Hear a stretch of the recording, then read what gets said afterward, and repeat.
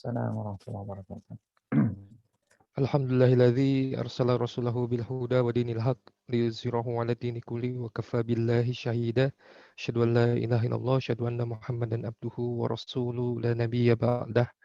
Alhamdulillahirabbil alamin. Allah berkenan nikmat kepada kita pada kesempatan kali ini, malam hari di Indonesia dan sore hari di Oman.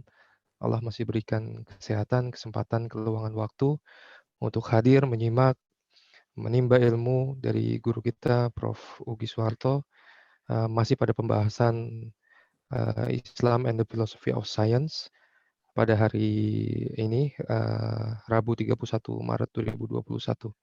Insya Allah, Bapak Ibu rekan-rekan semua, sebelum kita memulai, kita awali dulu dengan sama-sama membaca suratul Fatihah. A'udzubillahi minasyaitonirrajim. Bismillahirrahmanirrahim. Alhamdulillahi rabbil alamin arrahmanir rahim maliki yaumiddin iyyaka na'budu wa iyyaka nasta'in ihdinas siratal mustaqim siratal ladzina an'amta 'alaihim ghairil maghdubi 'alaihim waladdallin. Amin. Insyaallah langsung kita akan mulai pembacaannya dengan dipandu oleh Prof. Ugi Soeharto. Kepada Prof. Ugi kami persilakan. Ya, baik, Mas Heru. Bismillahirrahmanirrahim. Alhamdulillahirabbil alamin. Wassalatu wassalamu ala asyrafil anbiya wal mursalin sayyidina wa habibina wa syafi'ina Muhammadin sallallahu alaihi wasallam wa ala alihi wa sahbihi ajma'in. Rabbi shrah li sadri wa yassir li amri wahlul 'uqdatam min lisani yafqahu qawli. Allahumma iftah lana hikmataka wa anshur 'alaina rahmataka min khazaini rahmatika ya arhamar rahimin. Alhamdulillah, kita bersyukur pada Allah Subhanahu wa taala karena pada malam hari ini di Indonesia dan sore hari ini di Oman kita sekali lagi dapatnya bertemu kembali ya, dalam kajian kita Islam and the Philosophy of Science yang insya Allah akan masuk pada paragraf ke-34 ya. Salawat dan salam kita tujukan kepada junjungan kita Nabi Muhammad SAW dan juga pada ahli keluarganya, para sahabatnya, para tabi'in, para tabi'in, dan juga pada para ulama yang mewariskannya risalah Rasulullah ini sehingga sampai pada kita semua. Jadi pada pertemuan yang lalu, ya, pada beberapa paragraf yang sebelumnya, Prof masih membicarakan tentang tanda, ya, tentang ayat. Ya, bahwasanya alam semesta ini adalah ayat. Ya, seperti mana juga Al-Quran, ya, dia juga adalah ayat. Dan ayat Al-Quran ada yang mutasyabihat, ada yang muhkamat. Ya, ada yang jelas, ya, ada juga yang samar.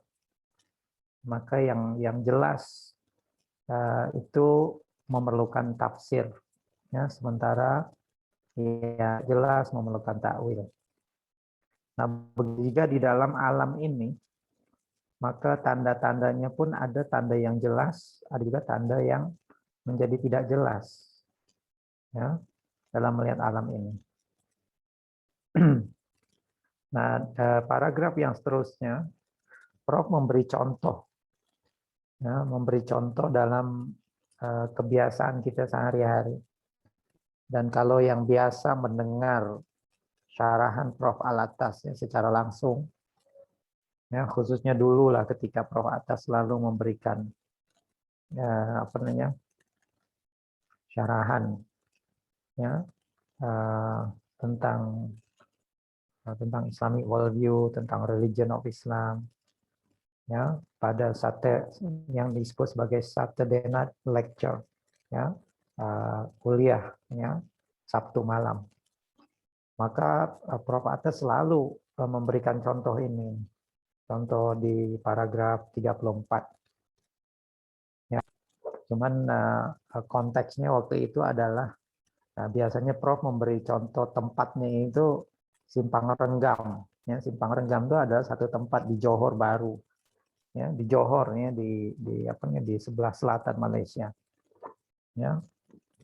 Nah, dalam hal ini Prof memberi contoh secara umum, ya, tentang bagaimana sebuah tanda itu bisa menjadi jelas dan bisa menjadi tidak jelas. Ya. Jadi kata Prof, supposing we are traveling in a car on a dark and stormy night, heading for a place we have heard of but have never been to.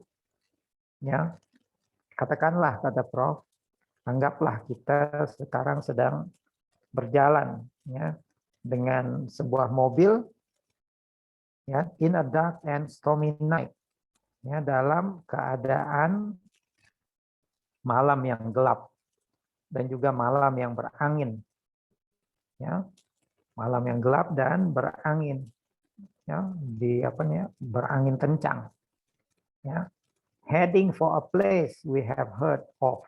Kita sedang menuju ke satu tempat yang kita tidak pernah ke sana ya, tapi kita sudah pernah dengar namanya ya, kita pernah dengar namanya but have never been to, tetapi kita tidak pernah ke sana. Jadi kita bayangkan kita nyetir mobil ya ke satu tempat yang belum pernah kita pergi ke sana, tapi kita tahu nama tempat itu. Ya.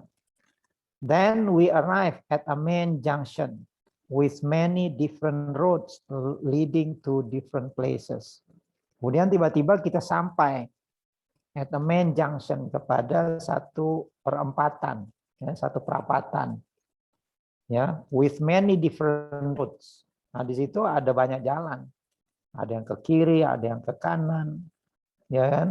Ada yang suruh terus, ya. Mungkin ada lagi cabang-cabang yang lain, ya, leading to different places.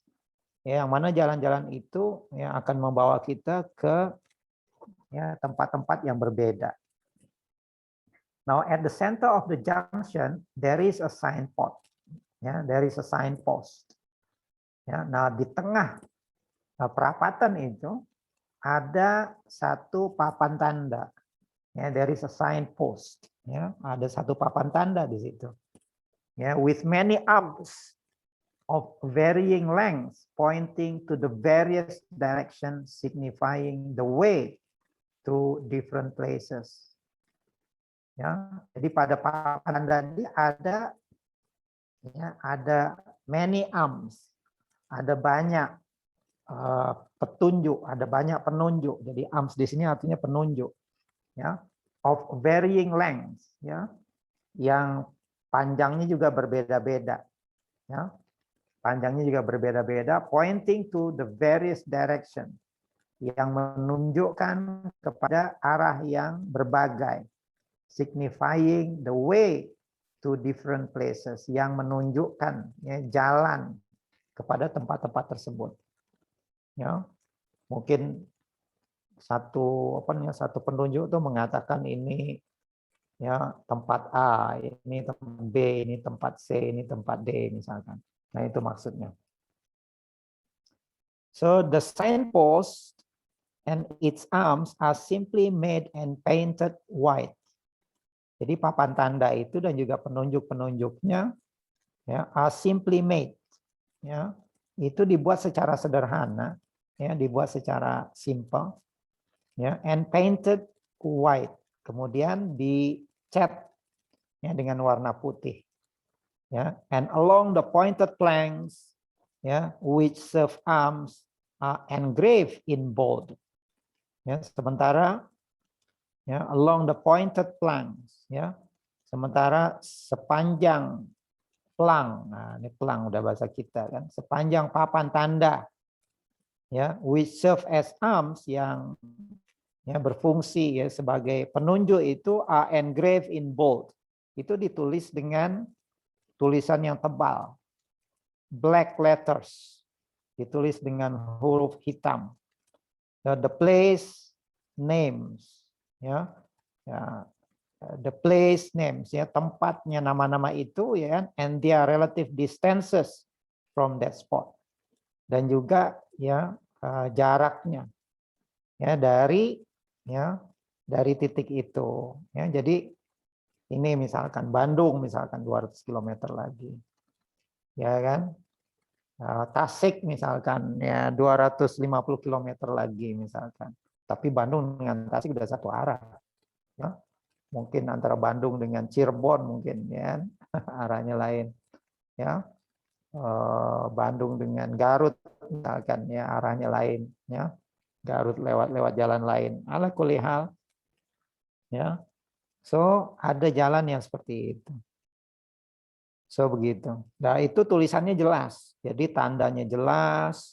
Ya, warna papannya itu putih, kemudian tulisannya hitam jelas, kemudian ditulis dengan huruf yang tebal, ada namanya, kemudian ada jaraknya. Jadi tandanya sangat jelas sekali. As our car approaches, and its headlights illumines the signpost and its many arms, we soon notice one of the arms bearing the name of the place of our destinations. Ya, jadi ketika mobil kita mendekati, ya, mendekati tanda tadi, papan tanda tadi, ya, and headlights illuminate, kemudian ya lampu mobil kita itu menyenter, ya, menyorot, ya, the signpost, ya, menyorot papan tanda tadi, and its many arms, dan juga ya menyorot apa namanya penunjuk-penunjuk tadi. We soon notice, ya, maka kita pun segera dapat melihat, ya, one of the arms, ya, salah satu penanda tadi bearing the name of the place of our destination. Nah, di situ tertulis, ya kan, nama tempat yang akan kita tuju. Nah, ya ini jelas, ya. Katalah kita yang menuju ke Bandung misalkan, jelas tulisannya ke Bandung, ya. Katalah kita belum pernah pergi ke sana. What we do next, ya, if we are to pursue the object of our destination, would surely be turned away from the signpost without much hesitations.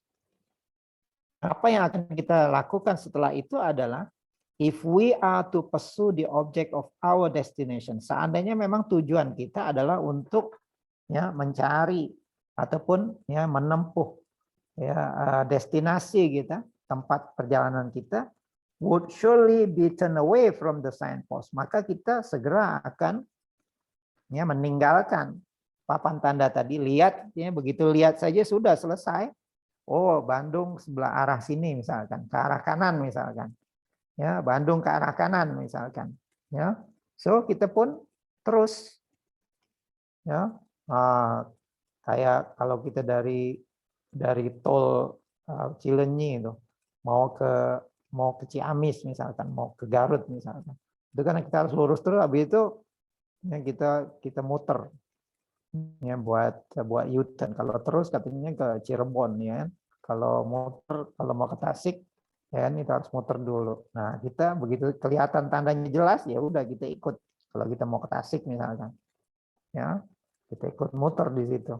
Ya. So what we do next if we are to pursue the object of our destination would surely be turned away from the signpost. Jadi kita pun segera meninggalkan papan tanda tadi without much hesitation, tanpa ragu-ragu lagi, ya, tanpa ragu-ragu lagi, tanpa teragak-agak, ya, tanpa teragak-agak kita pun terus, oh ini tandanya sudah, ikut saja, and follow the road toward which the sign is pointing. Kemudian kita pun ikut jalan, ya, ke arah mana tanda tadi menunjuk, ya, karena apa? Karena tandanya jelas. Ya, tandanya jelas. We would be doing this because the sign is clear. Nah, ini. So we would be doing this because the sign is clear. Kita akan melakukan ya seperti itu karena ya tandanya itu jelas. Ya. So tandanya jelas. Nah, ini kalau tanda yang jelas tidak masalah. Ya. Nah, seperti alam juga yang tandanya jelas tidak ada masalah. Ya. Nah, begitu. But, nah ini yang lain lagi nih. Kasusnya adalah kasus yang tidak jelas. But now, supposing the signposts were made of marble, finely wrought. Nah ini, ya. But now, ya. Tetapi sekarang anggaplah, ya. Anggaplah the signposts were made of marble. Anggaplah katanya sekarang tanda papan penanda itu terbuat dari marmer. Finely wrought, ya kan, yang ditempa secara halus, ya, indah, mengkilat, Marmar itu mengkilat, ya batu. Jadi tandanya itu terbuat dari batu marmar, ya, yang di apa nih, yang di tempatnya secara halus, ya, secara mengkilat, ya. And the pointing arms were sculptured into form wondrous and beautiful. Sementara papan-papan penunjuk tadi itu was sculpted, itu diukir, ya, itu dibuat dari ukiran-ukiran, ya, yang ya into form wondrous, ya, yang berbentuk indah, yang untuk menakjubkan, and beautiful, dan cantik, indah, ya. Jadi tulisan Bandung itu diukir, ya, dengan ukiran indah di atas batu marmar, ya, yang mengkilat, ya, begitu. So the place names and their relative distances from the spot, ya, chisel into letters of pure gold. Kemudian nama itu, nama Bandung, kemudian jaraknya katakanlah berapa ratus kilometer lagi ataupun berapa puluh kilometer lagi from the spot, ya, dari simpang tadi, ya, chisel into letters, ya, di apanya, ditulis, ya, atau dibuat huruf, ya, di apanya, dibuat huruf yang terpahat, yang terukir juga, ya. Jadi hurufnya juga diukir, ya, hurufnya juga diukir indah, ya. Kemudian ukiran itu pun dari apa, ya, of pure gold, itu pun ukirannya dari emas. Jadi huruf-huruf itu tertulis dengan ukiran emas, jadi indah sekali, ya, dari marmar yang mengkilat, ya, kemudian apa namanya, ada ukiran-ukiran, ada pahatan-pahatan, ya, kemudian huruf-hurufnya pula diukir dari emas, ya, and embellished with rare gems. Kemudian dihiasi pula dengan batu-batu permata yang apa, yang jarang orang melihat, ya, with rare gems, itu batu-batu permata yang indah-indah, ya, batu permata yang dipasang batu-batu permata di situ. Nah, jadi tandanya itu dibuat seperti itu, dibuat dari batu marmar, ada ukiran, ya, ada emas, ya, ada batu permata di situ. Nah, kalau seandainya tandanya itu begitu, kata Prof, would we then be able to seek out without much hesitation and tarrying the pointing arms that, ya, would show us the way to our destinations? Ya, akankah kita, nah, kata Prof, kalau seandainya kita melihat tanda yang seperti itu, would we then be able to seek out the pointing arms? Adakah, ya, kita akan, ya, mampu untuk, ya, melihat, ya, apanya, penanda-penanda tadi, ya, that would show us the way to our destinations, yang menunjukkan jalan, ya, kepada destinasi kita, kepada tujuan kita, without much hesitation and tarrying, tanpa, ya, teragak-agak dan juga tanpa, ya, kita membuang-buang waktu di situ, ya. And would we then simply turn away from the signpost to follow the road directed?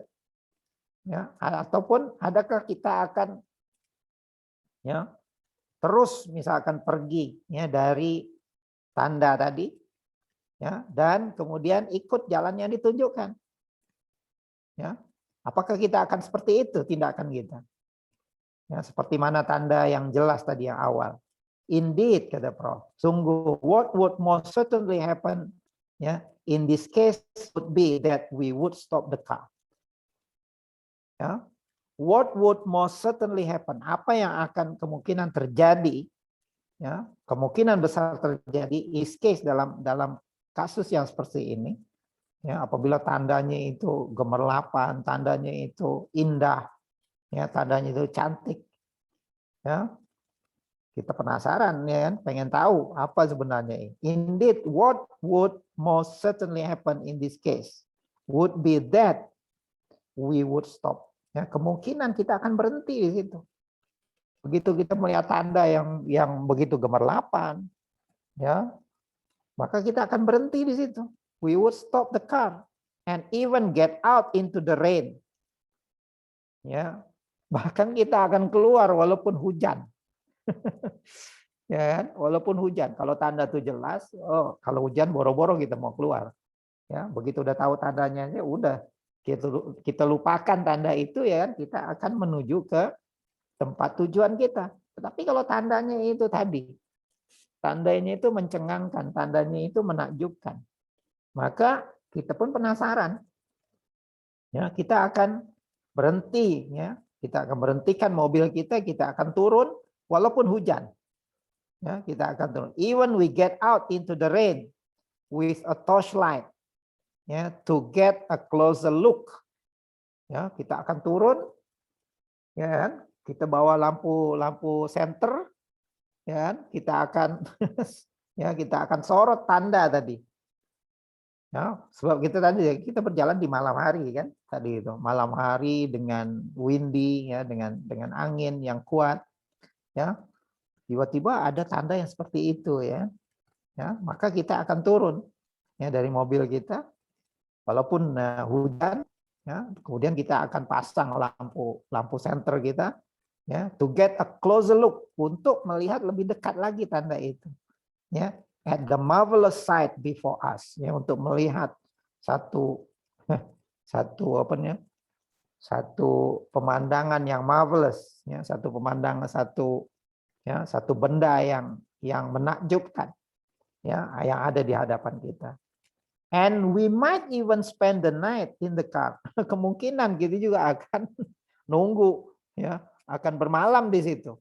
Ya, kita akan bermalam di dalam mobil kita itu, ya, to await, ya, the day, for a more satisfying look, untuk menunggu sampai siang hari untuk melihat apa nih sebenarnya nih, sehingga kita lebih puas lagi, ini apa nih, ya, nah, ini tanda apa nih kan, ya. Nah, kata Prof, design in this case is not clear. Ya, jadi tanda ini kata Prof itu tidak jelas. Ya, jadi tanda yang seperti ini tanda yang tidak jelas. Ya, it is ambiguous. Tanda ini samar kata Prof. Kenapa? And it points to itself more than it points to the object on which its very existence depends. Ya. Karena apa? Karena tanda itu menunjukkan kepada dirinya sendiri. More than it points to the object on which its very existence depends. Ya, lebih lagi dari menunjukkan objek, menunjukkan destinasi yang mana dia itu diciptakan. Ya, dia itu diadakan itu, tanda itu diadakan fungsinya adalah sekedar untuk menunjukkan destinasi. Cukup sudah. Tadi tanda itu dari tidak ada menjadi ada untuk menunjukkan Bandung sekian ratus kilometer lagi misalkan. Ya, ataupun Cirebon, ya, 100 kilometer lagi misalnya, sekedar itu. Tapi kalau tandanya itu diukir, ya, dengan ukiran emas, ya, dengan batu permata, ya, dengan dengan marble, ya. So itu akan itu maknanya tandanya merujuk pada dirinya sendiri. Ya, dia tidak lagi menjadi tanda.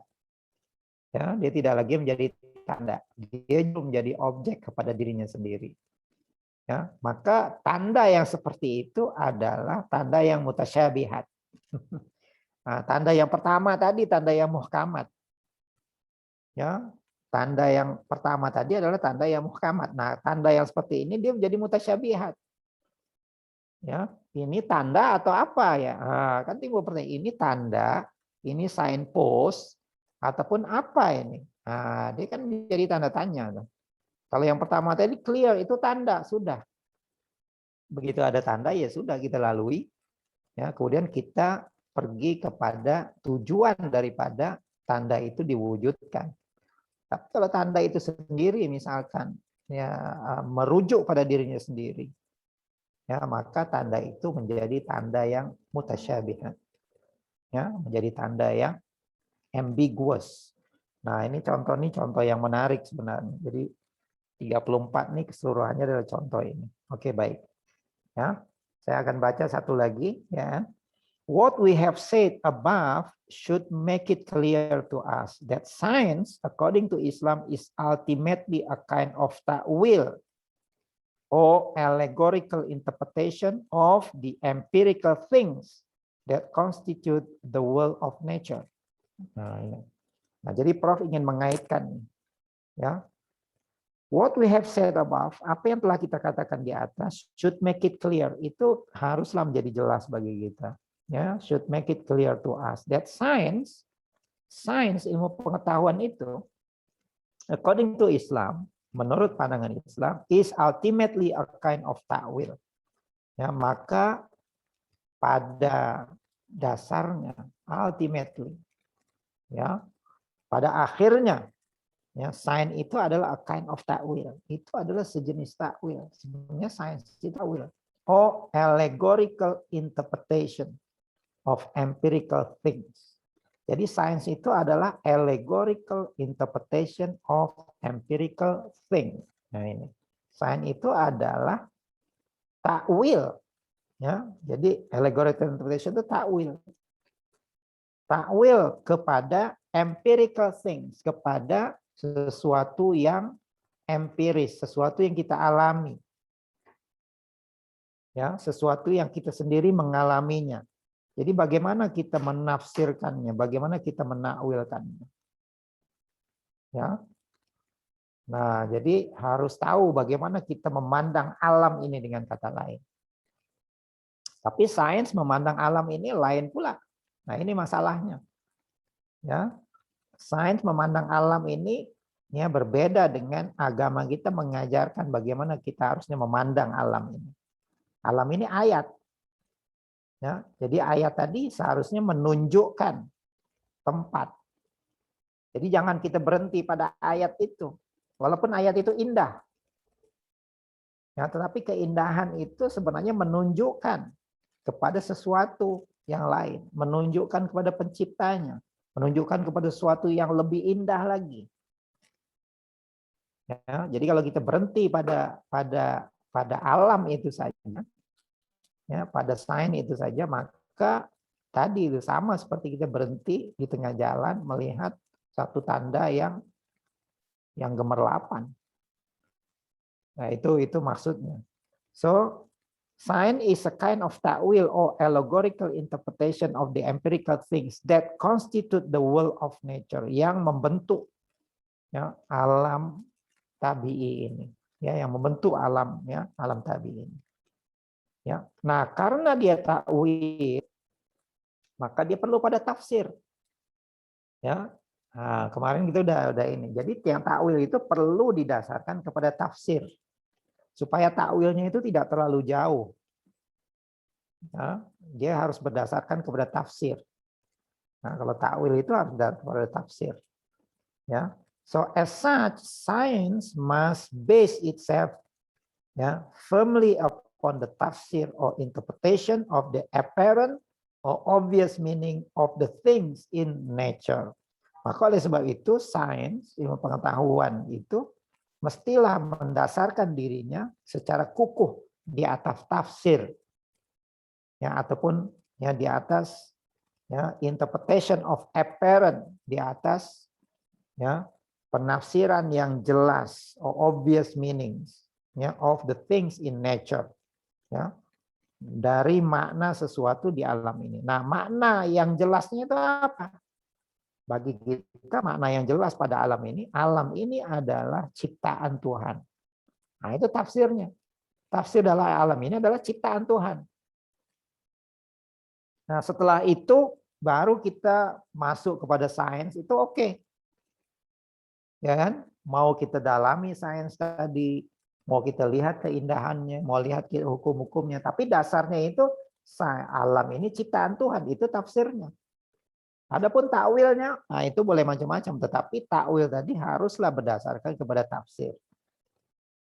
So, science adalah takwil. So, tafsirnya adalah bahwasanya alam ini adalah dicipta. Ya, alam ini adalah dicipta. Kalau kita tidak berdasarkan kepada tafsir itu, langsung kepada takwilnya, kemudian akhirnya kita berkesimpulan bahwasanya alam ini tidak dicipta, bahwasanya alam ini berdiri sendiri, bahwasanya alam ini begini, ya tersesat kita dengan sains. Sama seperti kita tersesat ya di tengah jalan tadi, ya kan, kita akhirnya berhenti di situ, ya tidak berjalan, ya tidak sampai kepada tujuan kita. Ya, kita tertipu dengan tanda tadi. Ya, seharusnya tanda itu menunjukkan ya, destinasi kita, tapi malah kita berhenti oke di tanda tadi. Nah, ini artinya kita tersesat dengan yang mutasyabihat. Ya, kita tersesat dengan yang ambiguous. Nah, begitu juga apabila kita melakukan atau belajar sains, ya, kita berhenti kepada sains semata-mata, ya, kita berhenti kepada ketakjuban alam ini, ya, tanpa kita bisa mengaitkannya dengan Tuhan, tanpa kita bisa menghubungkannya bahwasanya alam ini adalah ciptaan Tuhan, maka kita tersesat. Ya. So their apparent and obvious meaning have to do with their respective places within the system of relation. Jadi kejelasan alam ini, tafsiran tentang alam ini. So their apparent meanings and obvious meaning, makna yang jelasnya daripada alam ini, have to do with their respective places. Itu ada kaitannya dengan kedudukan alam ini. Respective places, tentang kedudukan tempat-tempat itu within the system of relations. Ya, dalam ya sistem yang berkaitan. Kemarin kita sudah bincang tentang apa nih, tentang tempatnya sesuatu itu. Ya, di dalam satu sistem itu. Ya, yang membentuk meaning. Ya, jadi meaning itu adalah kita mengetahui tempat-tempat sesuatu itu di dalam satu sistem. Nah, jadi kita tahu juga alam ini tempatnya di mana dalam satu sistem kewujudan ini. Alam itu kedudukannya adalah ciptaan Tuhan. Nah, itu tafsirnya begitu. Itu tafsir.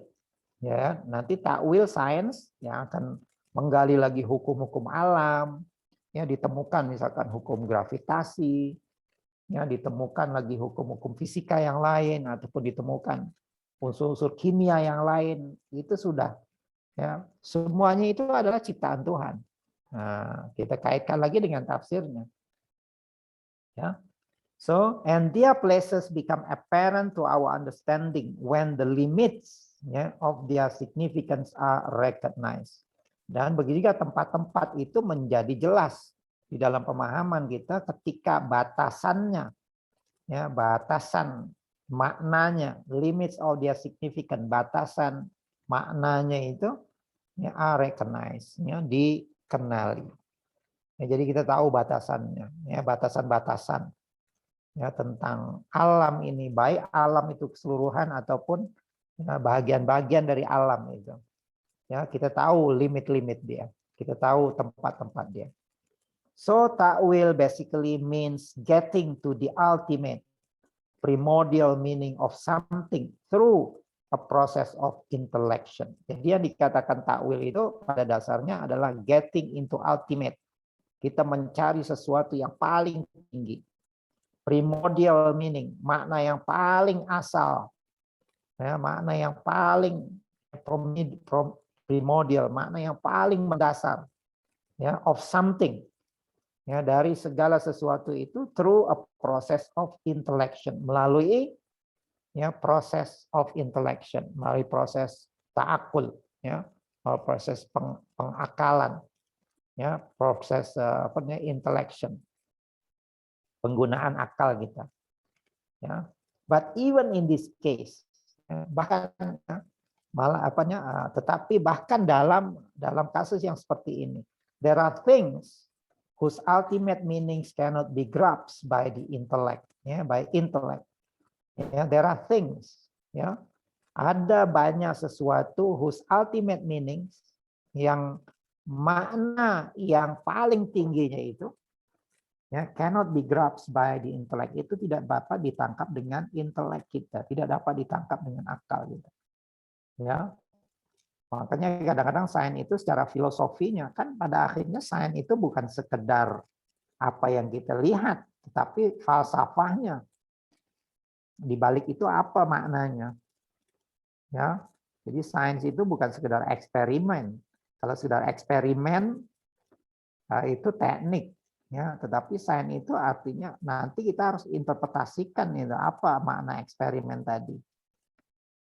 Ya, apa makna eksperimen tadi? Kalau eksperimen itu sekedar penemuan bahwasanya hal itu ada di alam ini. Tadinya kita tidak tahu bahwasanya hal itu ya tidak ada, kemudian kita menemukan ada. Tapi selepas kita menemukan ada, kita ingin tahu lagi apa maknanya di alam ini. Ya, apa maknanya? Ya, oleh sebab itu maka sains itu sebenarnya takwil. Sains itu sebenarnya ada filsafatnya di balik sains itu ada filsafat. Ya, tidak bisa dipisahkan sains itu dari filsafatnya. Jadi pada akhirnya bukan hanya membuat statement, ya, bukan hanya membuat statement, tapi apa namanya mau diapakan. Makanya di awal kemarin gitu, yang apa namanya, yang penting untuk kita cermati pada sains itu adalah direction and in the interpretation of science. Ya kan, di awal-awal kan Prof udah bilang, ya, ada direction dan juga interpretation of science. Jadi sains itu mau dibawa kemana, itu directionnya, ya, dan juga ya interpretation, bagaimana kita memahami, menafsirkan sains tadi, menakwilkan sains tadi. Oke, so itu yang penting, ya. Karena apa? Karena ya, there are things whose ultimate meaning not be grasped by intellect. Ya, karena di sana ya di alam ini banyak sesuatu yang ultimate things-nya itu tidak dapat dicapai melalui intelek. Ya. Contohnya misalkan awal alam ini yang dikatakan Big Bang, sebelumnya bagaimana? Kita akan tetap bertanya. Kemudian akhir alam ini ada black hole. Seterusnya bagaimana? Kita akan bertanya lagi. Ya, jadi awal alam ini Big Bang, akhir alam ini black hole. Kan? Nah, tetap saja kita banyak queries, ya, banyak sesuatu yang kita tidak puas, ya, untuk mencarinya, ya. Nah, begitu. Jadi ada ya yang tidak bisa kita dapati melalui alam ini, ya, melalui akal kita. There are things whose ultimate meaning, ya, there are things whose ultimate meaning cannot be grasped, ya, cannot be grasped, okay, by intellect. And those deeply rooted in knowledge accept them as they are through belief, which we call iman. Nah ini. And those who deeply rooted in knowledge, ini warasikhuna fil ilmi. Nah dalam bahasa kita ini warasikhuna fil ilmi. Those who deeply rooted in knowledge, orang-orang yang mendalam ilmunya. Ini adalah ulul albab. Ya, ini ulul albab. Ya, yang Allah sebut dalam akhir surah Ali Imran ini. Nah, ini warasikhuna fil ilmi yaquluna amanna billah hadza min indi rabbina. Kullun ya min indi rabbina. Ya. Amanna kullun min indi rabbina. Ya, so those who deeply rooted in knowledge accept them. Ya, itu menerima apa namanya? Ajaran para nabi dan sebagainya. SDA, mereka terima hal itu seperti mana apa adanya. Ya, seperti mana adanya. Melalui true belief, melalui apa namanya? Kepercayaan yang benar, yang kita sebut sebagai iman. Nah, iman ini artinya percaya dengan khobar yang datang dari nabi, yang datang dari rasul. Ya, walaupun akal kita belum sampai mencapainya. Nah, akal kita belum sampai kepada pencapaian itu. Contohnya misalnya alam ini diciptakan, itu kan melalui khabar. Alam ini diciptakan oleh Allah Subhanahu wa taala, itu khabar. Kita beriman bahwasanya alam ini diciptakan oleh Tuhan. Alam ini adalah tanda, ya, menunjukkan tentang kewujudannya dan juga kebenaran Tuhan. Ya. Alam ini ada permulaannya. Oke, dan alam ini ada akhirnya. Kemudian setelah kita mati pun kita akan masuk ke alam yang lain. Nah, ini kan semua dari khabar, ya. Dan ini tidak bisa kita capai melalui akal kita, ya. Ini pertanyaan-pertanyaan yang kemarin kita kemukakan itu, ya kan? Siapa kita, ya? Dari mana kita datang, mau kemana kita pergi, ya. Nah, ini adalah pertanyaan-pertanyaan yang tidak bisa dijawab oleh sains. Ya, tetapi orang-orang yang mendalam ilmunya, warasikhuna fil ilmi, ya, ulul albab itu mereka ya beriman, ya. Bahkan mereka mengatakan Rabbana ma khalaqta batila. Tidak ada satupun yang batil di alam ini. Ya, tidak ada satupun yang sia-sia ya di alam ini. Semuanya itu ada tujuannya. Nah, di atas iman inilah baru kita tadi itu ya melakukan sains, melakukan scientific activities. Nah, ini yang benar, ya. Jadi bukan kita melepaskan iman, ya, kemudian kita terjun bebas ke dalam ilmu sains, kemudian kita mencari kebenaran dari situ, ya tidak akan ketemu. Ya, kita akan terperdaya dengan keindahan alam ini. Kita akan terperdaya dengan kebesaran dan keagungan alam ini, ya. Nah, jadi begitu. So this is the position of truth. Inilah kata Prof posisi kebenaran. Jadi posisi kebenaran itu bermula dari keimanan, kemudian ya barulah kita mengkaji sains. Ya, in that there are limits ya to the meaning of things. Bahwasannya ya di sana ada keterbatasan. Ya, limit of to the meaning of the things, pada ya makna sesuatu. Nah, ini perbahasan tentang limit ini pada paragraf yang selanjutnya nih. Pada paragrafnya 36. Ini Prof yang bicara tentang di mana makna limit itu. Ya. Jadi kebenaran itu pun ada limitnya. Ya, kebenaran itu ada limitnya. Ya, dan Allah telah meletakkan limit-limit itu. Dan limit itu bukan shortcoming kata Prof, bukan satu kelemahan. Tetapi memang kita diciptakan, ditakdirkan ya untuk berada di dalam limit itu. So this is the position of the truth. Ya, this is the position of truth. In that there are the meaning of things. Ya, bahwasanya dalam kebenaran itu ada limit, ada batasan-batasan pada makna sesuatu. And their place are profoundly bound up ya with the limits of their significance. Dan begitu tempat-tempatnya, tempat-tempat sesuatu itu profoundly bound up ya, secara mendalamnya itu terikat ya with the limits of their significance, dengan ya batas-batas signifikannya, batas-batas kepentingan ya benda-benda tersebut. Ya. Nah, jadi itulah ya paragraf yang ke-35. Jadi kita sudah baca 2 paragraf nih pada malam hari ini, paragraf 34 dan paragraf 35. Ya, saya sudah hampir 45 menit ya. Mungkin saya berhenti di sini dulu ya. Insya Allah kita teruskan lagi pada waktu yang akan datang ya, para paragraf 36 ya. Dan seterusnya. Kita ada 38 paragraf sebenarnya, tinggal 3 paragraf lagi sih. Ya. Tapi minggu depan, 2 minggu lagi sepertinya kita sudah Ramadan. Ya, hari ini kan udah 31 ya. Ramadan diperkirakan 13. Ya, mungkin kita nggak sempat ya minggu yang kedua. No? Ya, kita akan break dulu insya Allah setelah minggu depan. Ya, mungkin kita habiskan paragraf 36 minggu depan. So, paragraf sisanya itu 37 atau 38 kita akan lanjutkan nanti setelah Ramadan.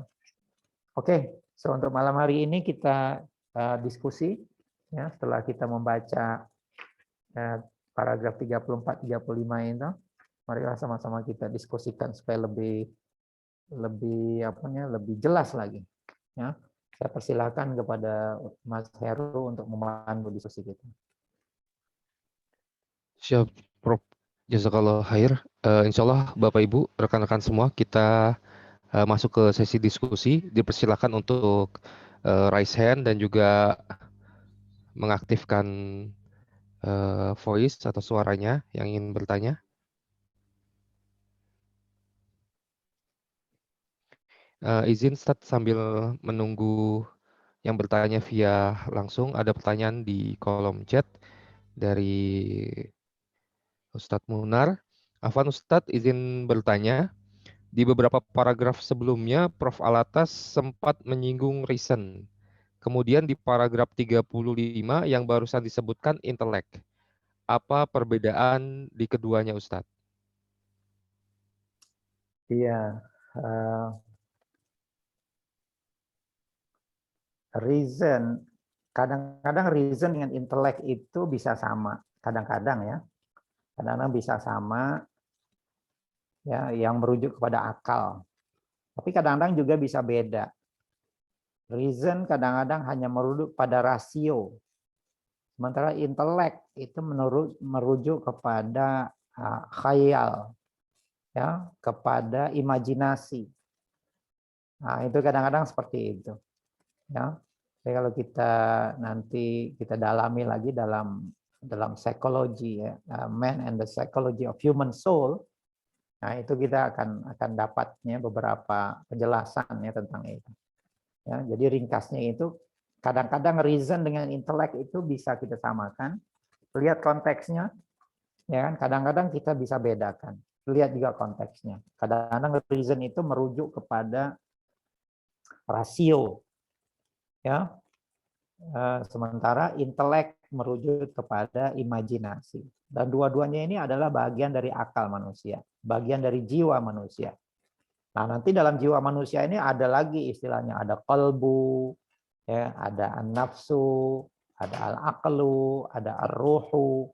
Nah, ini memang kalau udah masuk kepada hal-hal yang bersifat penyeruhi, ya, dari bagian kita ini agak kompleks. Ya, karena reason dengan akal itu bersifat ruhi.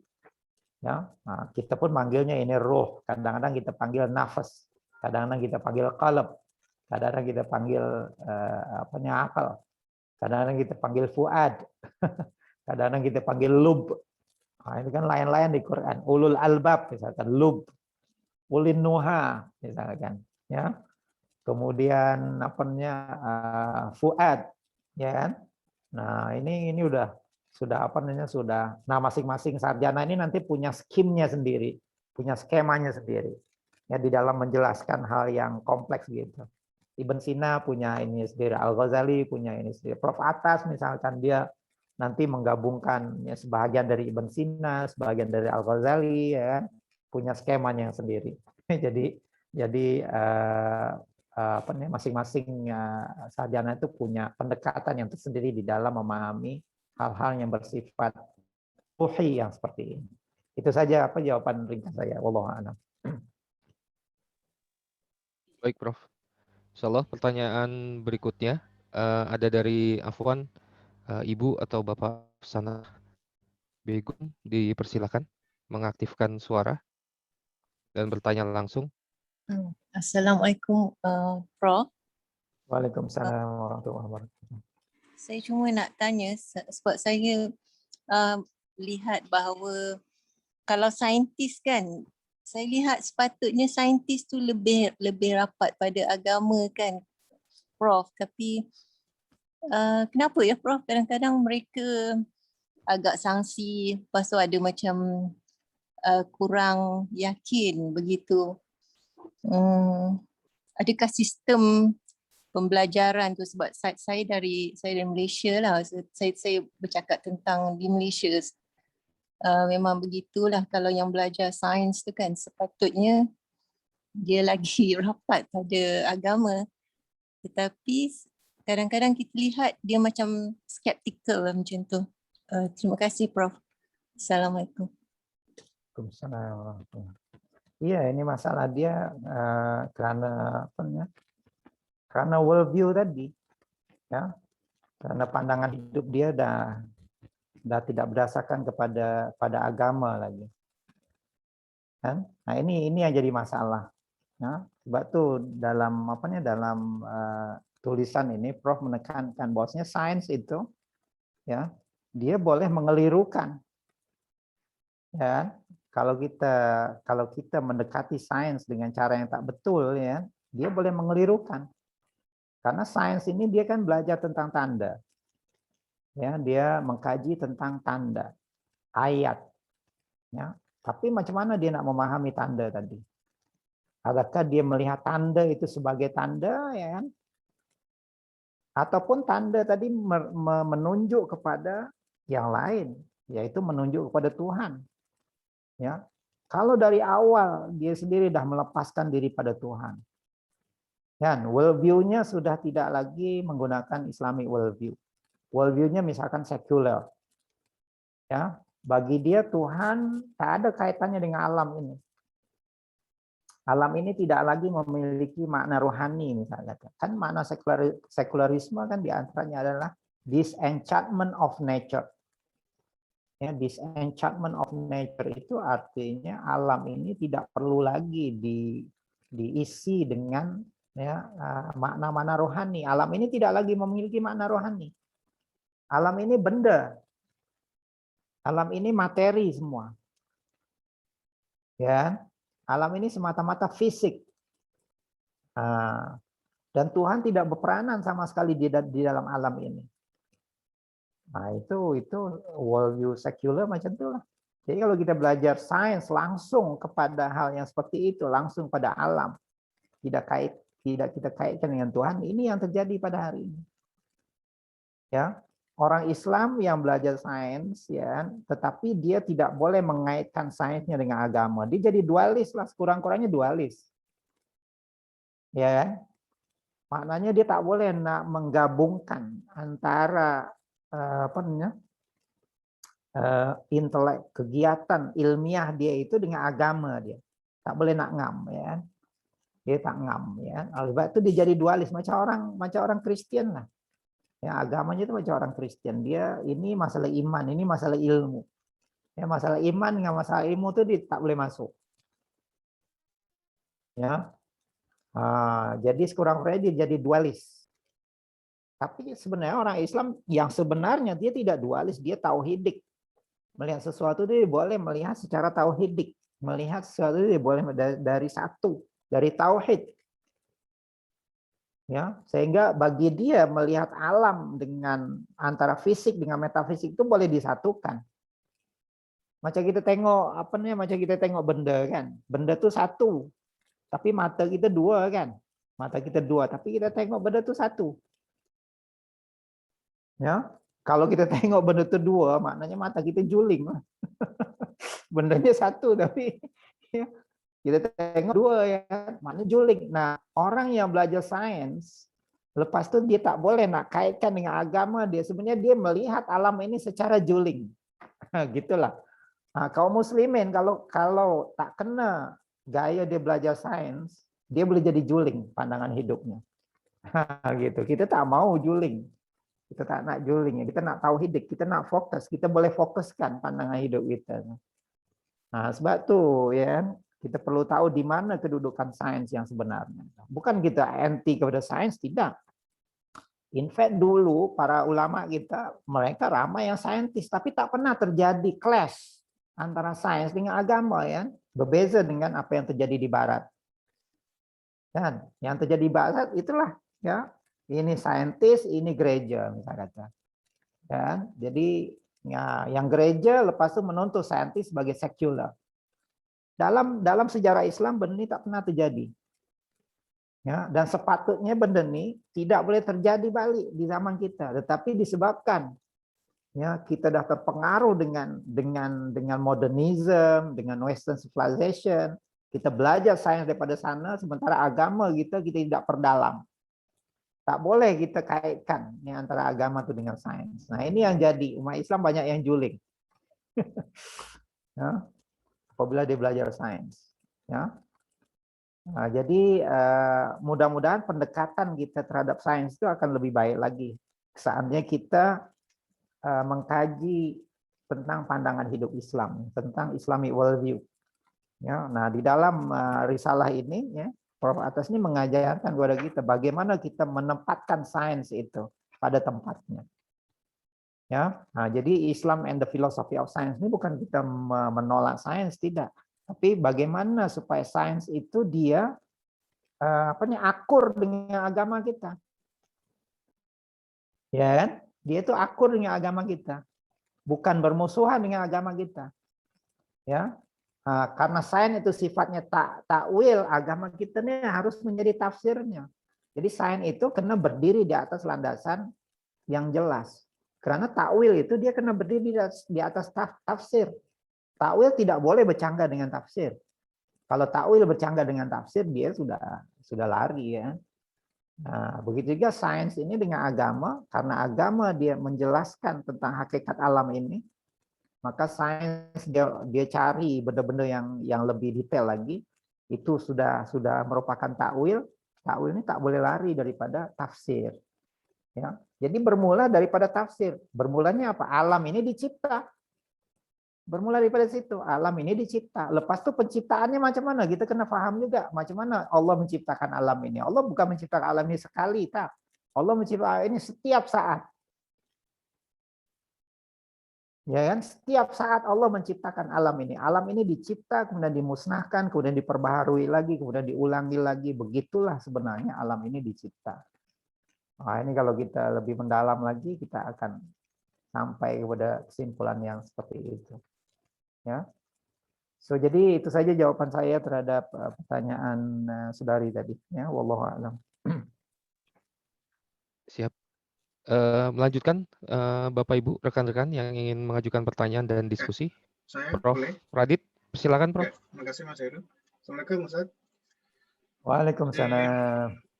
Tadi yang terakhir tadi Ustaz Tuki yang untuk mengatakan bahwa Allah mencipta alam ya dari waktu ke waktu ya. Saya beberapa waktu yang lalu mendengar ya, gabung di Zoom ceramah dari dosen UI, profesor tentang apa ya kalau nggak salah astronomi gitu Ustaz ya. Dan beliau mengatakan persis seperti yang antum katakan bahwa nantinya matahari itu akan hilang sinarnya, berproses. Artinya ya persis berarti Allah memang akan membuat alam ini tidak statis ya, tapi dinamik, bekerja memperbaharui terus-menerus sampai kemudian sinar matahari itu hilang. Artinya kan sebetulnya kalau kita belajar dari Al-Quran saja itu sudah bisa, justru akan lebih cepat menjadi seorang saintis. Gitu kan, daripada kemudian seperti orang barat yang kemudian menduga-duga mempelajari, ya kita belajar Islam saja karena ini sudah wahyu, ini sudah harusnya yang banyak meraih Nobel itu ya orang Islam gitu Pak. itu komen saya yang terakhir. Cuman ada satu yang saya tertarik tadi yang sebelumnya Pak Uki mengatakan orang sekuler tadi Pak. Tadi yang untuk mengatakan bahwa orang sekuler itu tidak melihat perihal masalah rohani, spiritual ya. Nah itu jadi saya yang bertanya-tanya, sebetulnya orang sekuler itu ketika melihat makhluk hidup ya, dua ciptaan Allah, misalnya hewan gitu ya, hewannya sama misalnya sapi gitu ya, cuman satunya hidup, satunya mati gitu ya. Dia melihat nyawa itu sebagai fisik atau sebagai rohani, sebagai spiritual. Sehingga kemudian dia mempunyai pandangan yang berbeda dengan kita orang Muslim yang bahwa makhluk hidup itu ada nyawa yang tidak kelihatan. Mohon pencerahannya Ustaz Tuki. Iya, nyawa ini pun ya, begini ya, kalau orang sekuler kan dari awal, orang sekuler ini dia coba memisahkan ya. Ini beda antara sekuler dengan ateis ya, ateis ataupun materialis ya. Kalau materialis itu kan mereka tidak mereka menganggap alam ini semua materi. Apa yang ada ini hanya materi. Pokoknya eksistensi itu materi. Nah, itu materialis ya. Nggak ada yang tidak materi. Ya. Nyawa, termasuk nyawa juga materi, Pak ya. Termasuk nyawa materi. Bagi mereka nyawa itu seperti energi saja. Kenapa misalkan mobil bisa bergerak? Ya karena ada listrik, ya kan? Ada atom-atom listrik, ya kan? Kenapa manusia bisa buat robot, ya bisa bergerak juga, ya? Ya karena ada baterainya, ada energinya. Itu kan fisik masih, ya kan? Masih ruang fisik dan mereka bisa menjelaskan, ya kan? Tetapi manusia, nah ini kan apabila sampai pada manusia, apabila sampai pada jiwa manusia, adakah jiwa manusia itu sama seperti energi, seperti listrik yang mereka ini? Atau dia adalah bukan? Dia adalah sesuatu yang istimewa, yang spesial. Kalau dalam agama kita, Allah menciptakan kita ini dari ruhnya. Dan Allah menciptakan ini dari tangannya langsung. Biadaya kata Allah. Allah menciptakan manusia itu, aku menciptakan manusia itu dengan tanganku. Of course semua dengan tangan Allah ya, tapi tidak disebut secara langsung. Manusia itu Allah sebut secara, maknanya ada kekhususan pada manusia. Mana tangan di situ artinya ada kekhususan pada manusia. Allah menciptakan manusia secara lebih khusus. Ya, dan khususnya karena kita punya ruh itu. Ya kan? Nah, ruh inilah yang dianggap oleh orang materialis, oleh orang ateis itu yang ya energi aja. Habis ini kita mati ya sudah habis, nggak ada apa-apanya. Padahal tidak begitu ya, cerita hidup kita ini tidak seperti itu. Ya kan? Nah, kalau sekularis, mereka mungkin mengakui adanya itu, tapi mereka nggak mau bawa-bawa gitu. Ya udah, nggak mau masuk-masukin, nah terpisah aja lah ya. Nggak mau dipikirkan secara mendalam. Ya kan? Mereka nggak mau sibuk-sibuk memikirkan hal itu. Yang praktis-praktis aja lah. Nah, gitu ya. Yang praktis-praktis aja lah ya. Nah, nggak perlu yang mendalam-dalam gitu. Ya, padahal yang praktis-praktis itu sendiri mereka pikirkan. Tapi yang kenapa mereka tidak memikirkan diri mereka sendiri? Nah, ini pun problem pada orang apa nih sekularis. Ya kan? Mereka tidak merenung diri mereka sendiri. Bahwasanya pada diri mereka sendiri ada kehebatan. Ya, dalam diri kita nih masya Allah ada kehebatan yang dahsyat. Ya, makanya para ulama kita mengatakan manusia itu mikrokosmos. Manusia itu jiwanya adalah mikrokosmos. Alam ini makrokosmos. Makanya kan dalam Quran sanurihim ayatina fil afaqi wa fi anfusihim hatta yatabayyana lahum annahul haq. Kami akan tunjukkan kata Allah, ayatina, tanda-tanda kami. Fil afaqi, di afaq. Itu makrokosmos. Wa fi anfusihim, dan di dalam diri mereka itu mikrokosmos. Ya kan? Jadi alam yang besar ini itu bisa ditangkap oleh jiwa manusia yang kecil ini. Jiwa manusia ini bisa seperti cermin. Ya kan? Jiwa manusia bisa seperti cermin, bisa menangkap apa saja yang ada di hadapan dia. Kalau cermin kan bisa menangkap apa saja yang ada di hadapan dia kan. Ada mobil ya mobil ketangkep, ada orang ya orang ketangkep. Ya kan? Ada apa saja oleh cermin. Nah, jiwa kita itu seperti cermin gitu. Ada apa saja di alam ini bisa tangkap. Walaupun alam ini luas, seluas itu pun bisa tertangkap oleh jiwa manusia ini. Nah, ini hebat. Ya, adakah kita tidak memikirkannya ya? Nah, kalau diri kita wujud, kenapa kita menafikan Tuhan? Kenapa Tuhan tidak wujud? Orang diri kita saja wujud. Kan semudah itu harusnya kita menggunakan fitrah, ya kan? Iya, Ya. So jadi seperti itu Mas Radit. Ya. Ya. Terima kasih. Ya.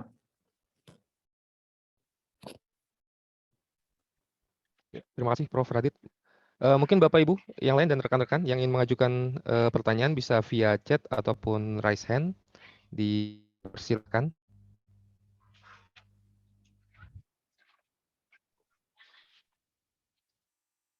Mohon izin Prof, kalau diperkenankan saya ingin bertanya juga Prof.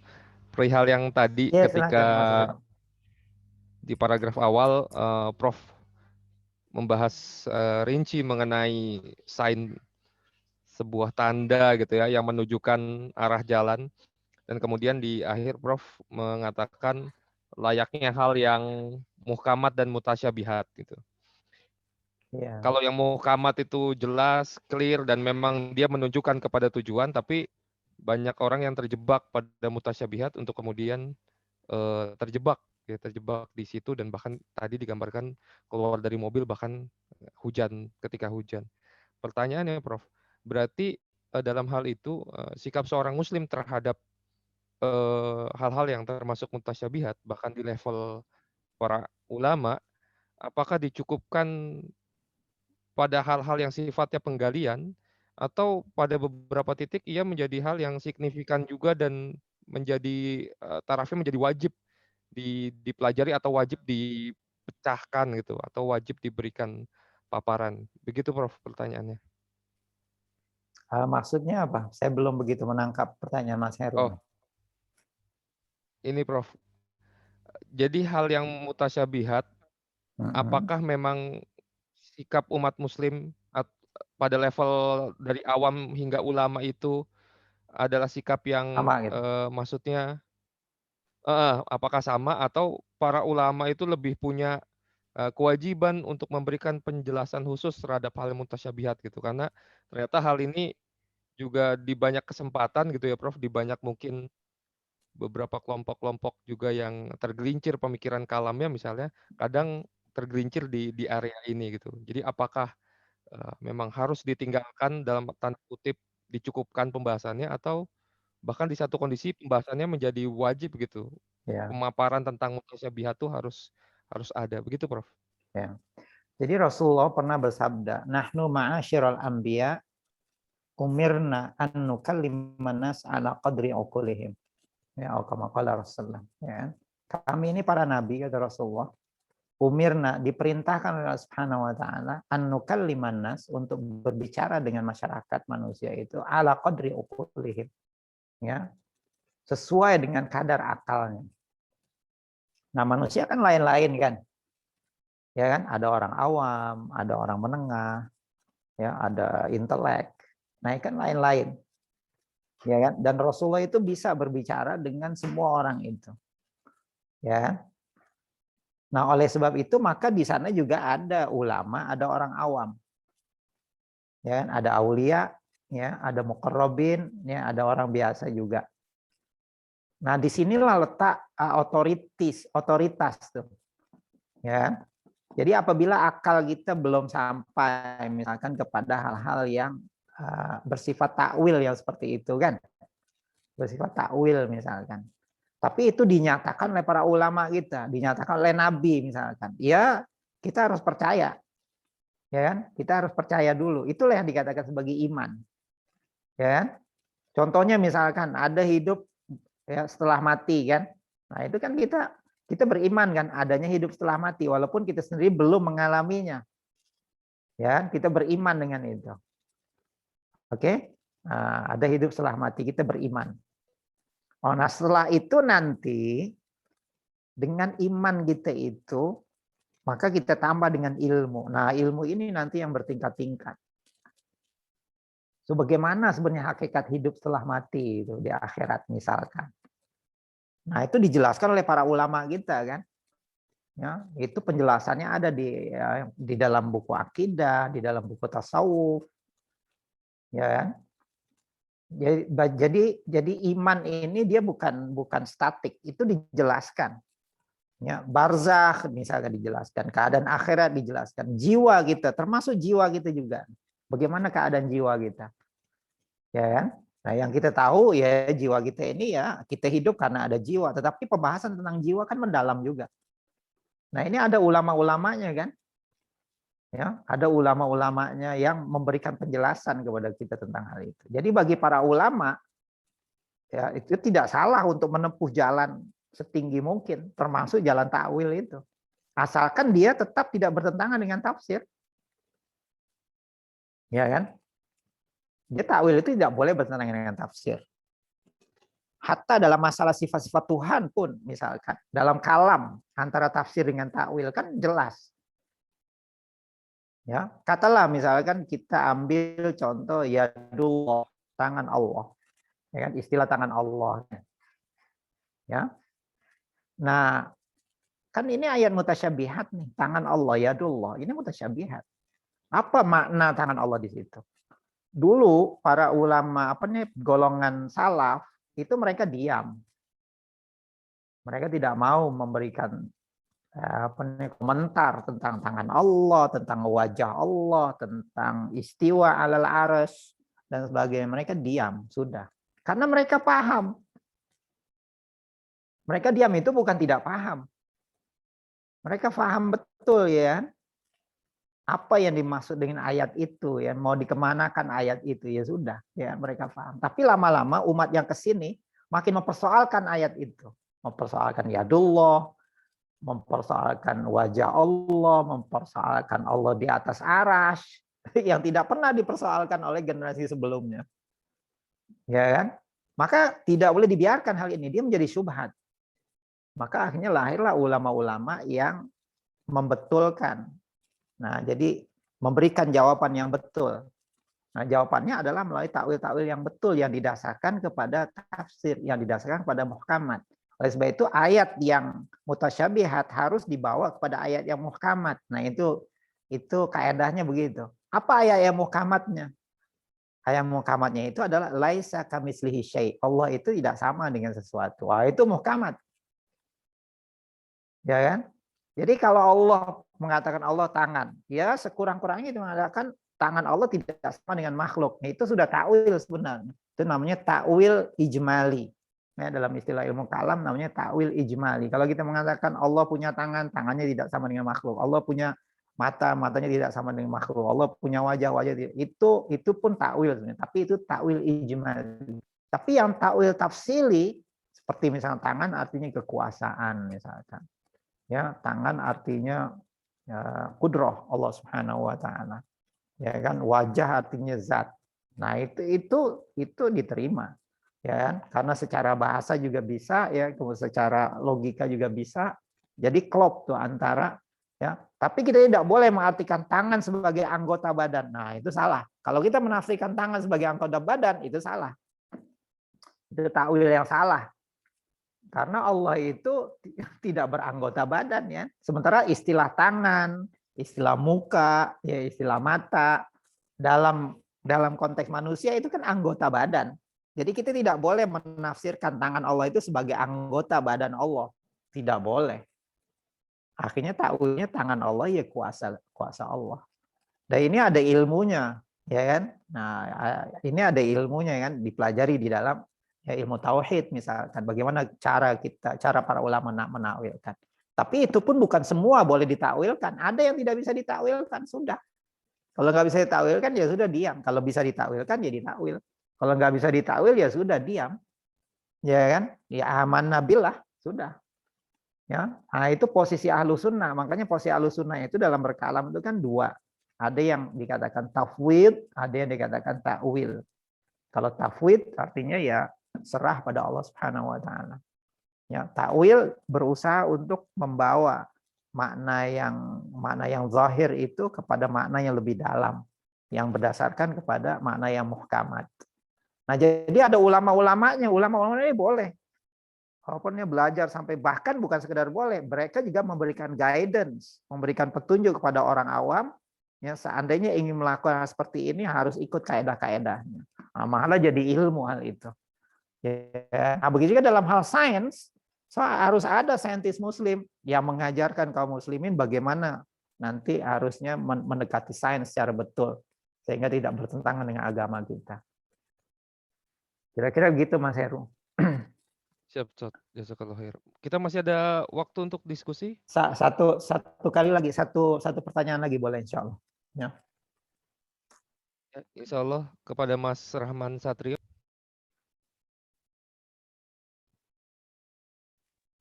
Assalamualaikum Ustaz, izin bertanya.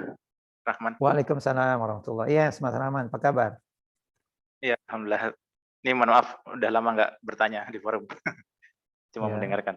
Nah ini mau mungkin cerita sedikit ya Ustaz. Mungkin nggak langsung bertanya, tapi nanti mengungkapkan sedikit keluh kesah ketika mendalami sains modern ini. Jadi menarik tadi bersinggungan dengan pertanyaan sebelumnya tentang terutama tadi ya, bagaimana tentang takwil, bahwa sains ini kadang bisa mengelirukan kita ketika kita terlalu dalam mengkajinya, tapi kemudian tidak dipandukan dengan tafsir, tidak dipandukan dengan interpretasinya, bahwa sains itu akan mengarahkan kepada sebagai tanda yang akan mengarahkan kepada sesuatu yang ditandai gitu ya. Nah kalau dalam perkembangan sains modern kan terutama kalau menurut saya ada dua perkembangan sains modern, yang dua bidang yang cukup bahasanya apa ya, cukup menarik sekaligus mengerikan dalam tanda kutip, karena dua hal itu kalau menurut saya ada quantum physics sama neuroscience ya. Quantum physics bagaimana para fisikis, para fisikawan itu kemudian menyingkap realitas fisik sampai hal sedetail mungkin kayak yang pernah dijelaskan Ustadz Tugi waktu itu tentang Higgs boson atau particle of God dan sebagainya. Dan juga neuroscience. Nah, neuroscience ini perkembangannya sangat luar biasa sampai kemudian mereka bisa membuat formulasi tentang pengganti dari sesuatu yang abstrak atau yang biasa kita sebut sebagai ruh. Misalnya kayak seperti kesadaran, kemudian mereka bisa mengatakan bahwa kesadaran itu adalah proses yang lahir dari otak. Terus kemudian proses bahasa juga seperti itu. Terus munculnya bahasa itu lahir dari interaksi manusia, yang itu bahasa manusia itu tidak terlalu berbeda dengan bahasa hewan-hewan lainnya gitu ya, dan lain sebagainya, emosi dan lain sebagainya gitu. Nah ini kalau bagi kita Muslim yang pelajar ini, terutama ketika mempelajarinya saintis Barat, itu seakan kayak luar biasa canggih perkembangan sains modern, sampai kemudian benar-benar bahasanya apa ya, disenchantment of nature. Jadi seakan-akan nature alam yang ada sisi ruhaninya ini benar-benar dihilangkan karena sudah bisa ditemukan kausalitas fisiknya gitu ya. Nah ini kalau pengalaman saya pribadi mempelajari hal yang seperti ini memang sangat rawan untuk mengelirupkan, apalagi ketika tidak dipandu dengan fondasi metafisika Islam yang mapan, yang kokoh gitu ya. Nah ini yang saya dapati. Dan saya nggak tahu bagaimana perkembangannya ketika sains ini masuk dan dipelajari banyak oleh kaum muslimin. Tantangannya juga nanti pasti sangat beragam, dan juga mungkin sangat berat ketika seandainya tidak diberikan penjelasan tadi ya, yang Tugi bilang, bagaimana seorang saintis muslim ini bisa mendekati sains dengan cara yang tepat, tidak malah jadi sekularistik dan sebagainya gitu.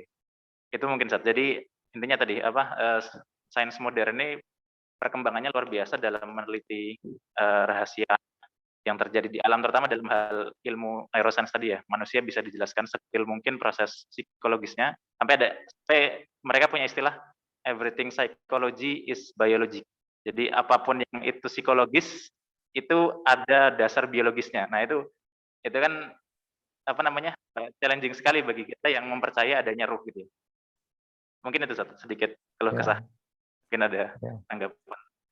Yeah, everything psychology is biology. Everything biology is Darwinism. Pada akhirnya biologi, yang paling mendasarnya itu biologi ya. Dan biologi itu filsafatnya ya Darwinian. Filsafatnya itu ya teori evolusi yang bertentangan dengan teori, bukan dengan teori ya, dengan pahaman kita mengenai alam ini dicipta. Ya, kemudian alam ini dicipta bukan hanya yang fisik saja. Kalau biologi Darwin kan hanya melihat yang fisik. Katakanlah kita terima Darwinnya dari segi evolusinya ya, walaupun itu memerlukan waktu yang lama. Sebenarnya Darwinism itu kan bukan sains. Biologi pada akhirnya Darwinisme. Darwinisme itu bukan sains. Darwinisme itu filsafat. Ya, dia filsafat sebenarnya. Ya. Ya, akhirnya neuroscience itu pun filsafat. Ya, neuroscience itu sebenarnya adalah filsafat. Ya, kalau neuroscience, karena neuroscience itu neuro, dia berkaitan dengan saraf kita, dengan kesadaran kita. Akhirnya manusia, ya jadi kembalinya kepada biologi. Kalau yang fisik ya kembalinya kepada kuantum fisik. Ya. Nah, sekarang bagaimana kedua-duanya itu ditemukan? Ini masih terpisah nih antara quantum physics ya dengan neuroscience, masing-masing terpisah nih. Ya kan? Nah, ini kan dua bidang, ini bidang fisika, ini bidang biologi. Kemudian nanti bidang kimianya apa? Nah, kimianya nih udah kepada unsur, mungkin dekat kepada fisik nih. Kalau kimia sih lebih dekat kepada fisik. Ya kan? Dia larinya kan kepada unsur nanti. ya kan, kepada partikel, ya, kepada partikel yang terkecil, ya, kepada atom dan sebagainya. Ya, tetap saja dia merujuk pada yang fisik. Ya, akhirnya melihat alam ini sebagai sesuatu yang fisik. Ya, padahal kesadaran itu ilmu roh loh sebenarnya, kesadaran, ya kan. Wa yas'alunaka 'anir ruh qulir ruhu min amri rabbi wa ma utitu minal ilmi illa qalila. Sebenarnya consciousness ini sampai sekarang itu masih misteri. Ya. Kita masih misteri. Kalau kita tidur saja, tidur misalkan, nah, antara tidur dengan apa namanya, dengan near to death, ya kan, near to death tuh kan. Nah ini pun fenomena baru juga, ya, near to death experience kan, orang-orang yang kononnya mati suri, ya kan, kemudian dia melihat sesuatu yang apa namanya, yang berbeda dengan alam ini, kan ada yang begitu, ya. Ya, apakah itu, nah, itu kan satu yang ini kan, ya, satu yang ini juga itu eksperimen, ya kan, ya. So sebenarnya masih banyak ruang yang belum terungkap oleh sains, ya kan, walaupun sains modern ini sudah maju, ya, tapi masih banyak yang belum terungkap, masih banyak yang kita tidak tahu tentang kesadaran kita. In fact, kesadaran kita ini itu 95%-nya di bawah tidak sadar. Kita hanya sadar 5% saja. Nah, itu pun menurut kesimpulan neuroscience, ya. Apa yang kita sebut sebagai subconscious itu. Ya, sebenarnya banyak sesuatu yang kita lakukan itu secara subconscious. Yang kita lakukan secara conscious ini sedikit sekali. Ya kan? Itu 5% aja, bahkan nggak sampai 5% katanya. 90% lebihnya itu adalah kita lakukan secara unconscious. Gerak refleks kita itu unconscious. Gerak darah kita yang berjalan itu unconscious semua. Ya kan? Apabila kita kemasukan kuman atau bakteri, tiba-tiba tubuh badan kita mengeluarkan antibody, itu semua unconscious. Ya kan? Unconscious semua itu. Rambut kita tumbuh unconscious. Kenapa rambut kita tumbuh saja, alis kita nggak tumbuh? Kenapa kuku kita tumbuh, ya kan? Gigi kita nggak tumbuh? Semua itu unconscious. Ya kan? Tanpa kita ini kan. Ya kan? Ya, kita keluar. Masih banyak sebenarnya. Walaupun kita bisa menjelaskan, tapi tidak semua memuaskan penjelasan itu. Ya. Nah, kalau kita beragama, kalau kita beriman, bukan kita tidak boleh menjelaskan causality itu, boleh saja. Justru kalau kita bisa menemukan rahasia-rahasia tentang causality itu, kita akan bersyukur sekali karena di situ adanya sunatullah. Ya, bagi kita itu begitulah Allah Subhanahu wa taala menunjukkan kekuasaannya. Ya, jadi kalau kita menemukan sesuatu yang baru di alam ini ataupun yang baru dalam diri kita, kita bersyukur. Kita merasa diberikan hikmah oleh Allah Subhanahu wa taala. Ya kan? Nah, kita merasa dibuka oleh Allah Subhanahu, diberikan kasyaf oleh Allah Subhanahu wa taala. Tapi kalau yang saintis sekuler, dia tidak merasa apa-apa. Dia merasa dirinya lah yang menemukan. Ya kan? Dirinya lah yang menemukan, dirinya lah yang hebat. Ya kan?